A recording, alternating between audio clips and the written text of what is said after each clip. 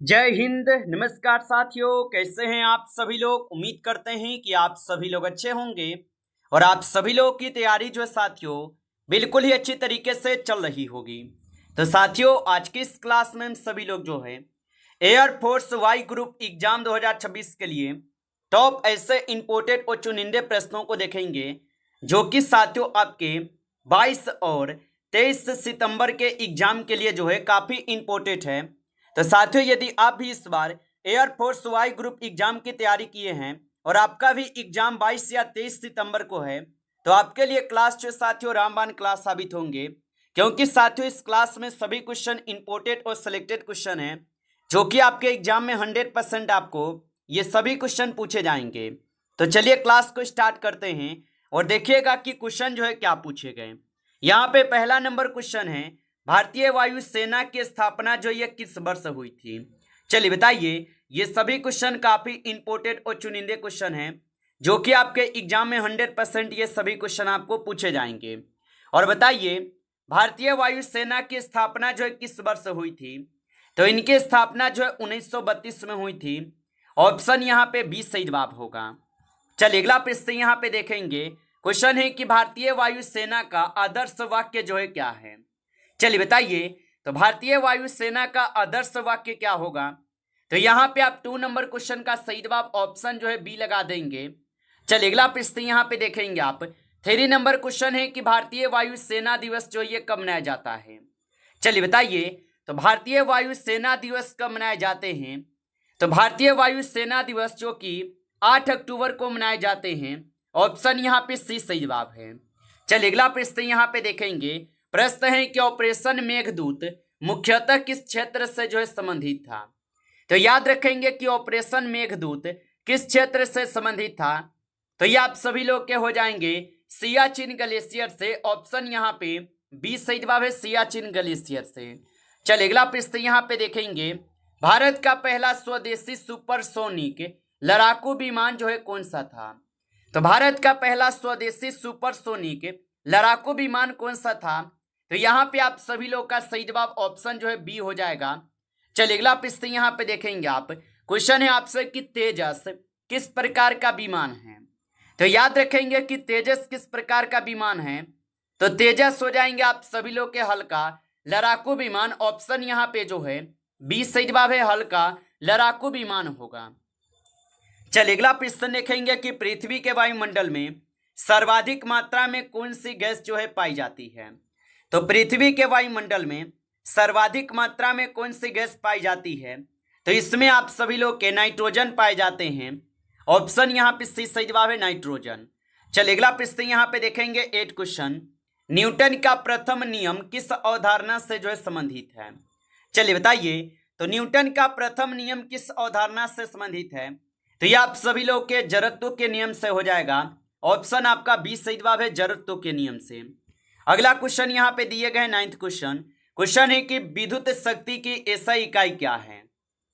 तो याद रखेंगे कि विद्युत शक्ति की एसआई इकाई जो है यहाँ पे आपके वाट हो जाएगा। ऑप्शन बी सही जवाब है, वाट होगा। चलिए अगला प्रश्न यहाँ पे देखेंगे कि किसी वस्तु का वेग दोगुना करने पर उसकी जो है गतिज ऊर्जा कितनी हो जाती है। तो किसी वस्तु का वेग दोगुना करने पर उसकी गतिज ऊर्जा कितनी हो जाती है। तो इसकी ऊर्जा जो है 4 गुनी हो जाती है। ऑप्शन यहाँ पे सी सही जवाब है, 4 गुनी। चलिए अगला प्रश्न यहाँ पे देखेंगे कि पीएच मान 7 से कम होने पर विलयन की जो प्रकृति है कैसी होती है। तो पीएच मान 7 से कम होने पर विलयन की जो प्रकृति है ये आप सभी लोग के अम्लीय हो जाते हैं। ऑप्शन यहाँ पे 20 सही जवाब है, अम्लीय होगा। चलिए अगला प्रश्न यहाँ पे देखेंगे। बैंकिंग सोडा का रासायनिक सूत्र जो है क्या है। तो बैंकिंग सोडा का रासायनिक सूत्र क्या होगा। तो बैंकिंग सोडा का रासायनिक सूत्र होता है NaHCO3। ऑप्शन यहाँ पे आपका जो है 20 सही जवाब होगा, याद रखेंगे। चलिए अगला प्रश्न यहाँ पे देखेंगे आप। क्वेश्चन है कि प्रकाश संश्लेषण में पौधे मुख्यतः किस गैस का उपयोग करते हैं। तो प्रकाश संश्लेषण में पौधे मुख्यतः किस गैस का उपयोग करते हैं। तो याद रखेंगे ये करते हैं आप सभी लोग के कार्बन डाइऑक्साइड गैस का उपयोग। ऑप्शन यहाँ पे जो है सी सही जवाब है। चलिए अगला प्रश्न यहाँ पे देखेंगे। मानव शरीर में इंसुलिन का स्राव किस अंग से होता है? तो मानव शरीर में इंसुलिन का जो स्राव है यह आप सभी लोग के अग्नाशय से होते हैं। ऑप्शन बी सही जवाब है। चलिए अगला प्रश्न यहाँ पे देखेंगे, मानव रक्त में ऑक्सीजन का परिवहन मुख्यतः किसके द्वारा होते हैं? तो मानव रक्त में ऑक्सीजन का परिवहन मुख्यतः किसके द्वारा होता है? तो ये होते हैं आपके हीमोग्लोबिन के द्वारा। ऑप्शन यहाँ पे बी सही जवाब है, हीमोग्लोबिन द्वारा। चलिए अगला प्रश्न यहाँ पे देखेंगे 60 नंबर, भारतीय संविधान में मौलिक अधिकार जो ये किस भाग में वर्णित है? चलिए बताइए, तो भारतीय संविधान में मौलिक अधिकार किस भाग में वर्णित है? तो ये आप सभी लोग के वर्णित है भाग 3 में। ऑप्शन यहाँ पे जो सी सही जवाब है, भाग 3 में होगा। चलिए अगला प्रश्न यहाँ पे देखेंगे आप, क्वेश्चन है कि भारत के राष्ट्रपति का निर्वाचन किसके द्वारा जो है किया जाता है? चलिए बताइए और बताइए भारत के राष्ट्रपति का निर्वाचन किसके द्वारा किया जाता है? तो इसका निर्वाचन होते हैं निर्वाचक मंडल के द्वारा। ऑप्शन सी सही जवाब होगा। अगला क्वेश्चन यहाँ पे दिए गए 80 नंबर, क्वेश्चन है कि भारतीय संविधान की 8वीं अनुसूची मुख्यतः किससे संबंधित है? तो भारतीय संविधान की 8वीं अनुसूची मुख्यतः किससे संबंधित है? तो ये आपके मान्यता प्राप्त भाषाएं से होगा। ऑप्शन यहाँ पे बी सही जवाब है, मान्यता प्राप्त भाषाएं से होगा। चलिए अगला प्रश्न यहाँ पे देखेंगे 90 नंबर, भारतीय रिजर्व बैंक की स्थापना किस वर्ष हुई थी? चलिए बताइए। और साथियों, आप अभी तक इस क्लास को लाइक नहीं किए हैं तो इस क्लास को एक बार आप लाइक कर लीजिएगा। नए हैं आप इस चैनल पे तो चैनल को सब्सक्राइब करके ऑल नोटिफिकेशन को ऑल पे दबा के जुड़ जाइए, जिससे कि जब भी कोई नई क्लास हो सबसे पहले क्लास का नोटिफिकेशन आपके पास पहुंच सके। तो चैनल को सब्सक्राइब कर लीजिएगा। और बताएंगे कि भारतीय रिजर्व बैंक की स्थापना जो है किस वर्ष हुई थी? तो इनकी स्थापना 1935 में होती है। ऑप्शन यहाँ पे 20 सही जवाब है, 1935 में। चलिए अगला प्रश्न यहाँ पे है, भारत में मौद्रिक नीति का संचालन मुख्यतः कौन करता है? तो भारत में मौद्रिक नीति का संचालन मुख्यतः कौन करता है? तो इसमें करते हैं आप सभी लोग के आरबीआई। ऑप्शन यहाँ पे आपका जो है 20 सही जवाब है, आरबीआई होगा। चलिए अगला प्रश्न यहाँ पे देखिएगा, सिंधु घाटी सभ्यता का प्रमुख बंदरगाह स्थल कौन सा था? चलिए बताइए। तो सिंधु घाटी सभ्यता का प्रमुख बंदरगाह स्थल कौन सा था? तो यहाँ पे आप सभी लोग का लोथल हो जाएगा। ऑप्शन यहाँ पे बी करेंगे, सही जवाब लोथल होगा। चलिए अगला प्रश्न यहाँ पे देखेंगे आप, क्वेश्चन है कि मौर्य साम्राज्य का संस्थापक कौन था? चलिए बताइए। तो मौर्य साम्राज्य के संस्थापक कौन था? तो मौर्य साम्राज्य के संस्थापक चंद्रगुप्त मौर्य थे। ऑप्शन सी सही जवाब है। चलिए अगला क्वेश्चन यहाँ पे है, भारत छोड़ो आंदोलन किस वर्ष जो है प्रारंभ हुआ था?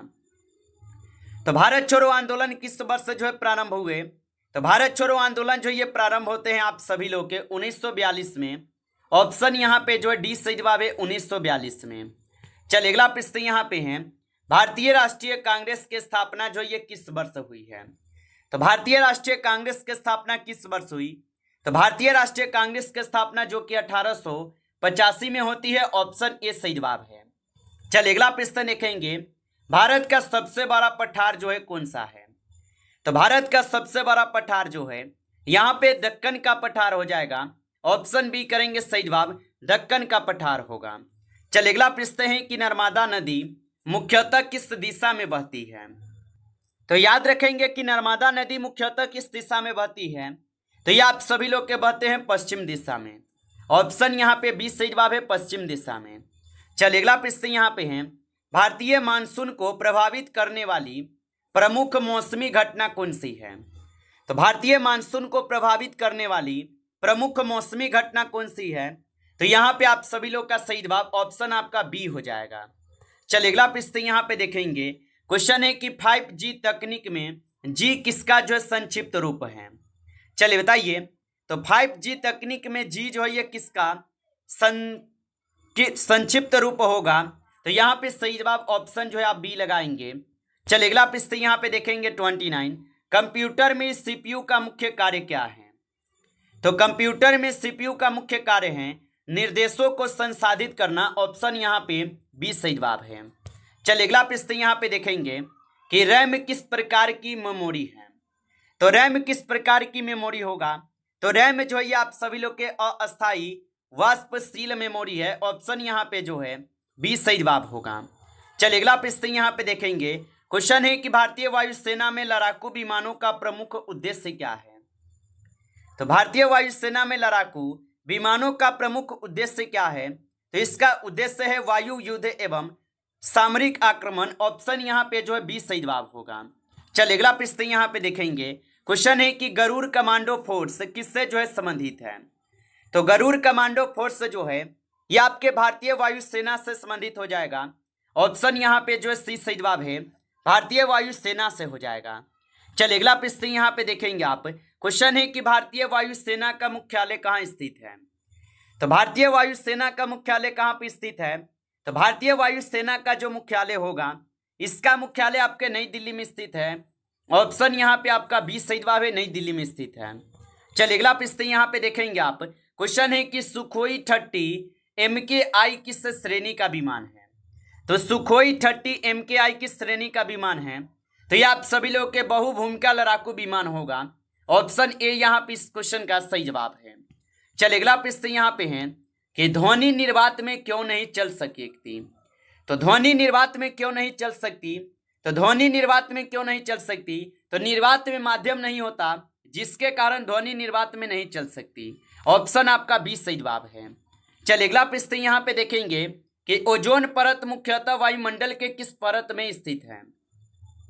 तो ओजोन परत व मुख्यतः वायुमंडल के किस परत में स्थित है। तो यह आप सभी लोग के समताप मंडल में स्थित है। ऑप्शन यहाँ पे 20 सही जवाब है, समताप मंडल में। चल अगला प्रश्न यहाँ पे दिए गए विटामिन डी की कमी से कौन सा रोग जो है हो सकता है। तो विटामिन डी की कमी से जो है यहाँ पे रिकेट्स रोग हो सकते हैं। ऑप्शन यहाँ पे सी सही जवाब है। चल अगला प्रश्न यहाँ पे देखेंगे 38 सत्य में जयते किस उपनिषद से जो है लिया गया है। तो याद रखेंगे आप कि सत्य में जयते किस उपनिषद से लिए गए। तो ये आपके मुंडक उपनिषद से लिए गए हैं। ऑप्शन सी सही जवाब है, मुंडक उपनिषद से। चल अगला प्रश्न यहाँ पे देखेंगे 39 भारत का सर्वोच्च युद्धकालीन वीरता पुरस्कार कौन सा है। तो भारत का सर्वोच्च युद्धकालीन वीरता पुरस्कार जो है यहाँ पे परमवीर चक्र हो जाएगा। ऑप्शन आपका सी सही जवाब है। चल अगला प्रश्न यहाँ पे देखेंगे 40 नंबर कि जन गण मन के रचयिता जो है कौन है। तो जन गण मन के रचयिता जो है आपके रविंद्रनाथ टैगोर हो जाएगा। ऑप्शन 20 सही जवाब है, रविंद्रनाथ टैगोर होगा। आप अच्छे से इनको याद रखेंगे। नमस्कार साथियों, इस क्लास में जो है टॉप आपके 40 क्वेश्चन थे जो कि काफी इंपॉर्टेंट क्वेश्चन थे। साथियों यदि आपको ये क्लास अच्छा लगा हो तो इस क्लास को आप लाइक कर लेंगे। नए जुड़े हैं आप इस चैनल पे तो चैनल को सब्सक्राइब करके और नोटिफिकेशन को ऑल पे दबा के जुड़ जाइए, जिससे कि जब भी कोई नई क्लास हो सबसे पहले क्लास का नोटिफिकेशन आपके पास पहुंच सके। तो चैनल को सब्सक्राइब कर लीजिएगा। चलिए फिर मिलते हैं आपसे नेक्स्ट टॉपिक के साथ नेक्स्ट क्लास में। तब तक के लिए जय हिंद, जय भारत।